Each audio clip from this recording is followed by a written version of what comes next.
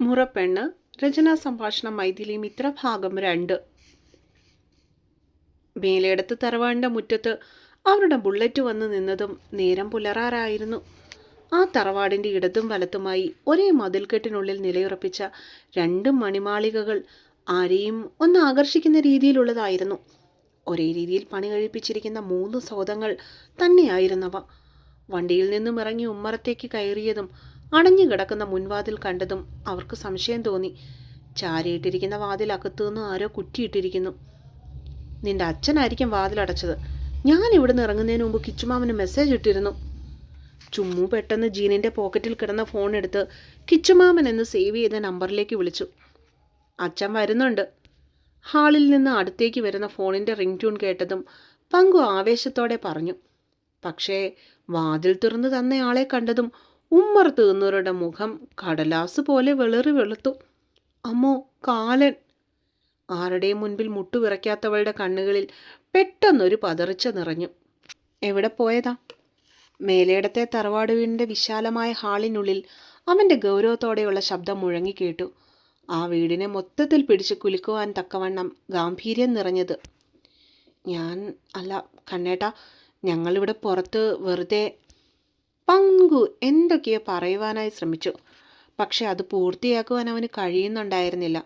കാരണം മുൻപിൽ നിൽക്കുന്നവൻ്റെ മുറുകിയ മുഖഭാവം അവനെ വല്ലാതെ ഭയപ്പെടുത്തി എന്നതാണ് സത്യം. വിക്കുണ്ടോ നിനക്ക്? വീണ്ടും ശാസനയോടെയുള്ള ചോദ്യം എതിർവശത്തു നിന്ന് അവൻ കേട്ടു. ഇല്ല കണ്ണേട്ടാ.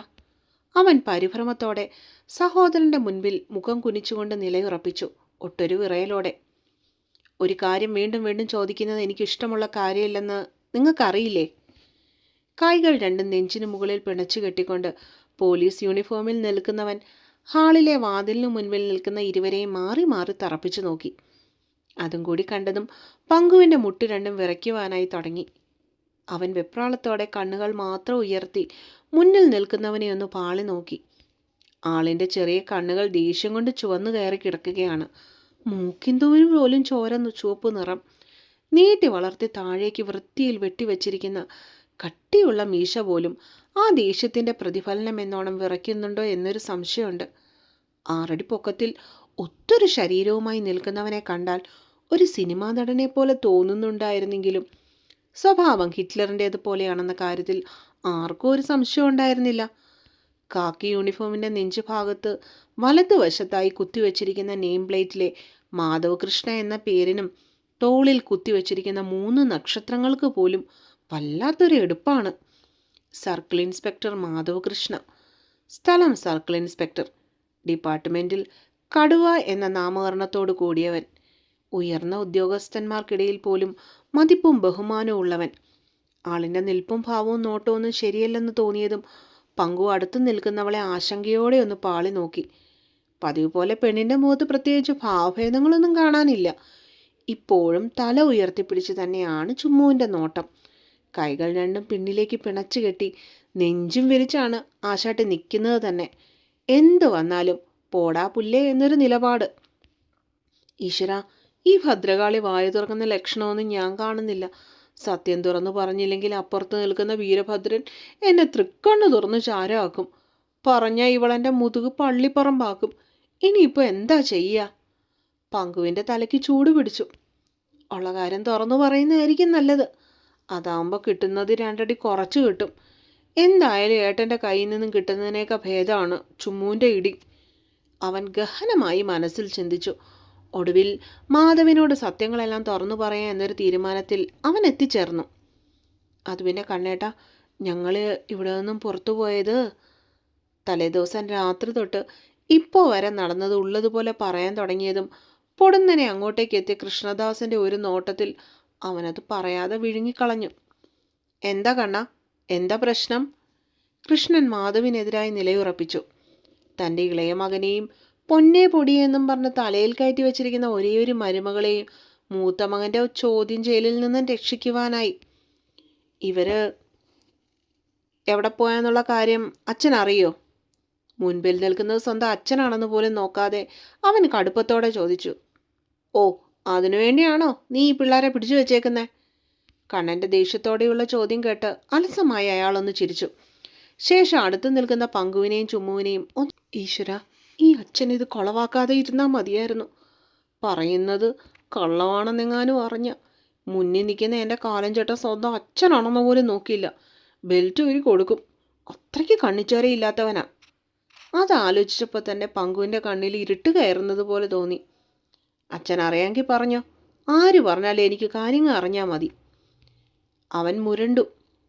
നീ എന്താ കണ്ണ ഇങ്ങനെ ഒരുമാതിരി കള്ളന്മാരെ ചോദ്യം ചെയ്യുന്ന പോലെ വീട്ടിലിരിക്കുന്ന പിള്ളേരോട് ചോദിക്കുന്നേ? നിന്റെ ഈ ചോദ്യം ചെയ്യൽ കേട്ടാൽ തോന്നുമല്ലോ അവർ രാത്രി വീട്ടിൽ നിന്ന് ചാടിപ്പോയിട്ട് ഇപ്പോൾ കയറി വന്നതേ ഉള്ളൂ എന്ന്. കൃഷ്ണൻ്റെ മകൻ മുൻപിൽ നിന്ന് കത്തിക്കയറി കപട ദേഷ്യത്തോടെ. നശിപ്പിച്ചടി ചുമ്മു, ഇങ്ങേര് നശിപ്പിച്ചു. എൻ്റെ അപ്പനാണെന്നൊന്നും പറഞ്ഞിട്ട് കാര്യമില്ല. ഈ മനുഷ്യന് 10 പൈസയുടെ വിവരമില്ല. നോക്ക്, ആ കാലൻ്റെ അണ്ണാക്കിലേക്ക് സത്യങ്ങളെല്ലാം അടിച്ചു കയറ്റി കൊടുത്തേക്കുന്നു. അവിടെ നടക്കുന്നു നോക്കിയും വളരെ ശ്രദ്ധയോടെ വീക്ഷിച്ച് നിൽക്കുന്നവളുടെ അരികിലേക്കായി ചെന്ന് നിന്നുകൊണ്ട് അവൻ കാതിൽ രഹസ്യമായിട്ട് പറഞ്ഞു. പങ്കുവിനെ നോക്കി രൂക്ഷമായിട്ടുള്ള ഒരു നോട്ടായിരുന്നു ചുമ്മു പെണ്ണിൻ്റെ അപ്പോഴത്തെ മറുപടി. ശേഷം പഴയതുപോലെ തന്നെ പെണ്ണ് മുന്നോട്ടേക്ക് നോക്കിക്കൊണ്ട് നിന്നു, ഒരു സിനിമ കാണുന്ന ലാഘവത്തിൽ. കിട്ടേണ്ടത് കിട്ടേണ്ട സമയത്ത് പെണ്ണിൽ നിന്നും കിട്ടിയതും ചെക്കൻ ഒരു പൊടിക്ക് അടങ്ങി. ഇപ്പോഴും അച്ഛൻ കാര്യം എന്താണെന്ന് പറഞ്ഞിട്ടില്ല. അവൻ പല്ല് ഞെരിച്ചുകൊണ്ട് കൃഷ്ണനോട് ദേഷ്യപ്പെട്ടു. ഇതിലിത്രയ്ക്ക് എന്ത് കാര്യം പറയാനാ കണ്ണ? അവനും അവളും കൂടെ വെളുപ്പിൽ നടക്കാൻ പോയതാ. എന്നോട് വാതിലടയ്ക്കാൻ പറഞ്ഞിട്ടാ പോയെ. ഇനി വല്ലതും നിനക്കറിയണോ? കള്ളത്തരം ഒളിപ്പിച്ചു വെച്ചുകൊണ്ട് അയാൾ ഗൗരവത്തോടെ മകന് നേരെ ചൊടിച്ചു. എന്താ എന്താ ഇവിടെ ഒരു ബഹളം? പുറത്തെ ഹാളിൽ നിന്നുള്ള ബഹളം കേട്ടതുകൊണ്ടാവാം പങ്കുവിൻ്റെ അമ്മ മായയും ചുമ്മുവിൻ്റെ അമ്മ സാവിത്രിയും അങ്ങോട്ടേക്ക് പരവേശപ്പെട്ടുകൊണ്ട് ഓടിച്ചെന്നത്.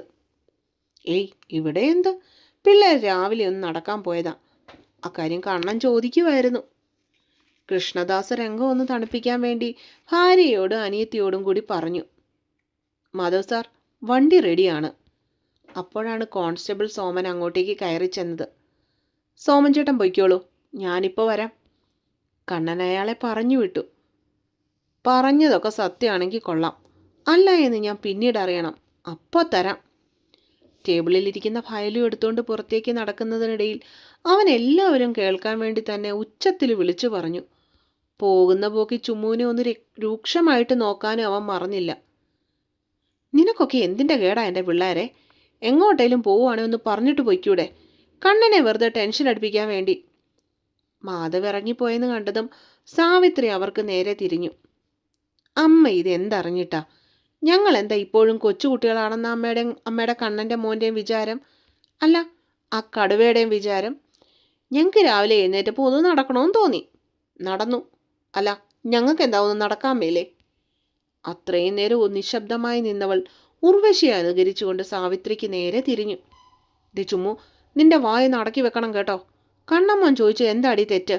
ഒരു പെങ്കൊച്ചു വീട്ടിൽ നിന്ന് ഇറങ്ങിപ്പോകുമ്പോൾ കുടുംബത്തുള്ള ഉത്തരവാദിത്തപ്പെട്ടവർ ചോദിക്കും, അത് നിങ്ങളോടുള്ള സ്നേഹം കൊണ്ടാ. അല്ലേ തന്നെ നിങ്ങളെപ്പോലുള്ള 2 തലതെറിച്ചതുങ്ങളോട് മര്യാദയുടെ ഭാഷയൊന്നും പറ്റത്തില്ല. അതും പറഞ്ഞുകൊണ്ട് ചാടിത്തുള്ളി അകത്തേക്ക് പോകുന്ന സാവിത്രിയെ ചുമ്മാ കണ്ണുകൾ കൂർപ്പിച്ചുകൊണ്ടൊന്ന് നോക്കി നിന്നു. അവൾ അങ്ങനെയൊക്കെ പറയും. മോൾ ഇവനെയും കൊണ്ട് പോയി ഫ്രഷായി വാ, ഞാൻ അപ്പോഴേക്കും വല്ലതും കഴിക്കാനുണ്ടാക്കി വെക്കാം. മായ ചുമ്മുവിൻ്റെ അടുത്തേക്ക് ചെന്ന് നെറുകയിലൊന്ന് തഴുകി വിട്ടു. പോവാ മായമ്മേ, അല്ലേലും മായമ്മയ്ക്ക് മാത്രമേ ഞങ്ങളോട് സ്നേഹമുള്ളൂ. പെണ്ണവരിലേക്ക് ഒന്നും കൂടി ചേർന്ന് നിന്നു. അവരതിനൊന്നും പറഞ്ഞില്ല, വെറുതെ ഒന്ന് പുഞ്ചിരിച്ചുകൊണ്ട് നിന്നു. അല്ല മായമ്മേ, എനിക്കറിയാൻ മേലഞ്ഞിട്ട് ചോദിക്കുക, ഇത്രയും സ്നേഹനിധിയായ എൻ്റെ മായമ്മയുടെ വയറ്റിൽ ആ കടുവ എങ്ങനെ ജനിച്ചു എന്നാ? ചുമ്മു അവരുടെ വയറിലൊന്ന് തഴുകിക്കൊണ്ട് പറഞ്ഞതും മായ അവളെ അടിക്കുവാനായി കളിയായി കൈയൊന്ന് ഉയർത്തി. പോയി കുളിച്ചിട്ട് വാ പിള്ളേരെ. മോനെ, നീ ഇവളെയും കൂട്ടി പോകാൻ നോക്ക്. പങ്കുവിൻ്റെ തോളിത്തട്ടി അത്രയും പറഞ്ഞിട്ട് മായയും ചിരിയോടെ അടുക്കളയുടെ നേർക്ക് നടന്നു. അതെ, ഒന്ന് നിന്നേ. തോളിൽ പരസ്പരം കൈയിട്ടുകൊണ്ട് ഒരമ്മ പെറ്റ അളിയന്മാരെ പോലെ മുറിയിലേക്ക് പായുന്നവരെ അത്രയും നേരം നോക്കിയെന്ന കൃഷ്ണദാസ് പിന്നിൽ നിന്ന് വിളിച്ചു. കിച്ചുമാമ, വിശക്കുന്നു. വല്ല ഒന്ന് വയറ്റിലേക്ക് ഇട്ടിട്ട് നമുക്ക് വിശദമായിട്ട് കാണാം, എന്താ? തിരിഞ്ഞു നിന്ന് പെണ്ണ് കണ്ണുകൾ ചുളുക്കിക്കൊണ്ട് നോക്കിയതും കൃഷ്ണൻ അവരെ നോക്കി തംസപ്പ് കാണിച്ചു പുഞ്ചിരിയോടെ. സാവിത്രി, മായേ. അടുക്കളയിൽ ചെന്ന് നിന്നുകൊണ്ട് നാരായണി ഉച്ചത്തിൽ വിളിച്ചതും അവിടെ പണിക്കാരായി നിന്നിരുന്ന രമയും സരസ്വതിയും അവരെ കണ്ട് ഭവ്യതയോടെ ഒതുങ്ങി മാറി നിന്നു. എന്താ അമ്മേ? രാവിലത്തെ പ്രാതലിനുള്ളത് ഒരുക്കിക്കൊണ്ട് നിന്നവർ അവരുടെ ശബ്ദം കേട്ട് ചെയ്ത പണി പകുതിയിൽ നിർത്തി അവരുടെ നേർക്ക് തിരിഞ്ഞു നിന്നു. കൃഷ്ണൻ എവിടെ? അവരുടെ ചോദ്യത്തിൽ ഗൗരവം നിറഞ്ഞു നിന്നിരുന്നു. കൃഷ്ണേട്ടൻ ഓഫീസിലേക്ക് പോകുവാൻ ഒരുങ്ങുവാന്ന് തോന്നുന്നമ്മേ. മായ അവരെ ബഹുമാനത്തോടെ നോക്കി. എങ്കിൽ അവനോട് പറയ്, ഇന്ന് ഓഫീസിൽ പോകുന്നതിന് മുമ്പ് എൻ്റെ മക്കളെല്ലാവരും ഒരുമിച്ച് എൻ്റെ മുന്നിലുണ്ടാവണമെന്ന്. അവർ ആജ്ഞ പോലെ പറഞ്ഞു. എന്താ അമ്മേ കാര്യം? എന്തേലും പ്രശ്നമുണ്ടോ? പൊടുന്നനെ സാവിത്രി സംശയത്തോടെ തൻ്റെ അമ്മയെ നോക്കി. കാര്യമുണ്ട് സാവിത്രി. കൃഷ്ണന് പറയാൻ പറ്റിയില്ലെങ്കിൽ നിന്റെ ബാക്കിയുള്ള 2 ചേട്ടന്മാരോട് നീ തന്നെ പറയണം. അത്രയും പറഞ്ഞിട്ട് ആ 80 വയസ്സുകാരി അടുക്കളയിൽ നിന്നും തിരിഞ്ഞു നടന്നു. ഇതിപ്പോൾ എന്താ ഏട്ടത്തി? സാവിത്രി ആശങ്കയോടെ മായയുടെ കയ്യിൽ കടന്നു പിടിച്ചു. അറിഞ്ഞൂടാ സാവിത്രി, അമ്മ എന്തേലും മനസ്സിൽ കണ്ടിട്ടുണ്ടാവും. അല്ലാതെ ഇപ്പം ഇങ്ങനൊരു പെട്ടെന്നുള്ള വിളിച്ചുകൂട്ടലിൻ്റെ ആവശ്യമില്ലല്ലോ. മായ അതും പറഞ്ഞുകൊണ്ട് അവരുടെ പണികളിലേക്ക് തിരിഞ്ഞു. ഞാൻ പോയി ഏട്ടന്മാരോട് പറഞ്ഞിട്ട് ഓടി വരാം ഏട്ടത്തി. ഇനിയിപ്പോൾ കൃഷ്ണേട്ടനോട് പറഞ്ഞ് വിളിപ്പിക്കാൻ നിൽക്കേണ്ട. മായ പതിയെ അടുക്കളവാതിൽക്കൽ കൂടി മുറ്റത്തേക്കിറങ്ങി. ശേഷം തൊട്ടടുത്തായി കാണുന്ന ആ വലിയ വീടിൻ്റെ നേർക്ക് സാരി ഒതുക്കി പിടിച്ചുകൊണ്ട് വേഗത്തിൽ നടന്നു. ഹോ, ഇപ്പോഴാണ് എനിക്ക് സമാധാനമായത്.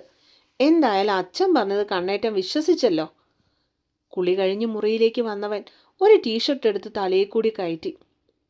എന്ന് നിനക്ക് തോന്നുന്നുണ്ടോ പങ്കു? നിന്റെ ചേട്ടനായതുകൊണ്ട് പറയല്ല. അങ്ങനെ കുടിച്ച വെള്ളത്തിൽ നമുക്ക് വിശ്വസിക്കാൻ പറ്റത്തില്ല. ഒന്നാമത് കുരുട്ടുബുദ്ധിയുള്ള പോലീസാണ്. കിച്ചുമാമ പറഞ്ഞതേ ആ കടുവ കണ്ണടച്ച് വിശ്വസിക്കാമെന്ന് നിനക്ക് തോന്നുന്നുണ്ടോ? ഡ്രസ്സിംഗ് ടേബിളിന് മുൻപിലിരുന്നു കൊണ്ട് ഡ്രയറിനാൽ തോളറ്റം വരെയുള്ള മുടി ഉണക്കിക്കൊണ്ടിരുന്നവൾക്ക് അത് കേട്ടപ്പോൾ ശരിക്കും പുച്ഛം വന്നു. നീ പറഞ്ഞതും ശരിയാ. കണ്ണേട്ടനെ അങ്ങനെ കണ്ണും പൂട്ടി വിശ്വസിക്കാൻ പറ്റത്തില്ല. നീണ്ടു നിവർന്ന് ബെഡിലേക്ക് പങ്കു മലർന്നു കിടന്നു. നീ എന്താ കിടക്കുന്നേ? എണീറ്റു വാടാ, പോയി വല്ലതും തിന്നേച്ചു വന്ന് കിടന്നുറങ്ങാം. ഇനി ഇന്ന് ഓഫീസിൽ പോകാൻ പറ്റുമെന്ന് തോന്നുന്നില്ല. നീ പോയി തിന്നിട്ട് വാടി, എനിക്ക് വിശപ്പില്ല. മലർന്നു കിടന്നവൻ പൊടുന്നനെ കമിഴ്ന്നു കിടന്നു. എടാ കോപ്പേ, ആ എരണം കെട്ടവൾ തേച്ചിട്ട് പോയെന്നും പറഞ്ഞ് നിരാശകാമൻ്റെ ലുക്ക് കിട്ടി ഇവിടെ പട്ടിണി കിടക്കാനാ നിന്റെ ഭാവമെങ്കിൽ പൊന്നു മോനെ, നീ ഈ ചുമൂൻ്റെ കയ്യിൽ നിന്ന് നല്ലത് വാങ്ങിക്കൂട്ടും. പറഞ്ഞില്ലെന്ന് വേണ്ട. എണീക്കടാ അങ്ങോട്ട്. ചെക്കൻ്റെ കാലിൽ പിടിച്ചു വലിച്ചുകൊണ്ട് അവൾ അവനെ ഒരു വിധത്തിൽ എഴുന്നേൽപ്പിച്ചു നിർത്തി. നടക്കടാ അങ്ങോട്ട്. പിന്നിൽ നിന്നും ചുവലി പിടിച്ച് തള്ളി അവനെ മുറിയിൽ നിന്നും പുറത്തേക്ക് നടത്തുമ്പോൾ ചെക്കൻ്റെ നിറഞ്ഞ കണ്ണുകൾ ചുമ്മു കണ്ടില്ലെന്ന് തന്നെ നടിച്ചു. അല്ലെങ്കിൽ തന്നെ ഒരേ ആത്മാവോ ഇരു ശരീരവുമായി നടക്കുന്നവർക്ക് സങ്കടങ്ങൾ പരസ്പരം തുറന്നു പറയേണ്ടതിൻ്റെ ആവശ്യമില്ലല്ലോ. പറയാതെ അറിയുന്ന ഇഷ്ടങ്ങൾക്ക് ആഴം കൂടുതലായിരിക്കും. അപ്പോൾ 2ാമത്തെ പാട്ടും കഴിഞ്ഞു കേട്ടോ. അടുത്ത പാട്ടുമായിട്ട് വീണ്ടും നാളെ കാണാം. അതുവരെ നിങ്ങൾക്ക് സ്റ്റോറി ഇഷ്ടപ്പെട്ടോ ഇല്ലേ എന്നുള്ള കാര്യം എന്നെ കമൻറ്റിൽ ഒന്ന് എഴുതി അറിയിക്കണം കേട്ടോ. അപ്പോൾ ബൈ ബൈ, ഗുഡ് നൈറ്റ്.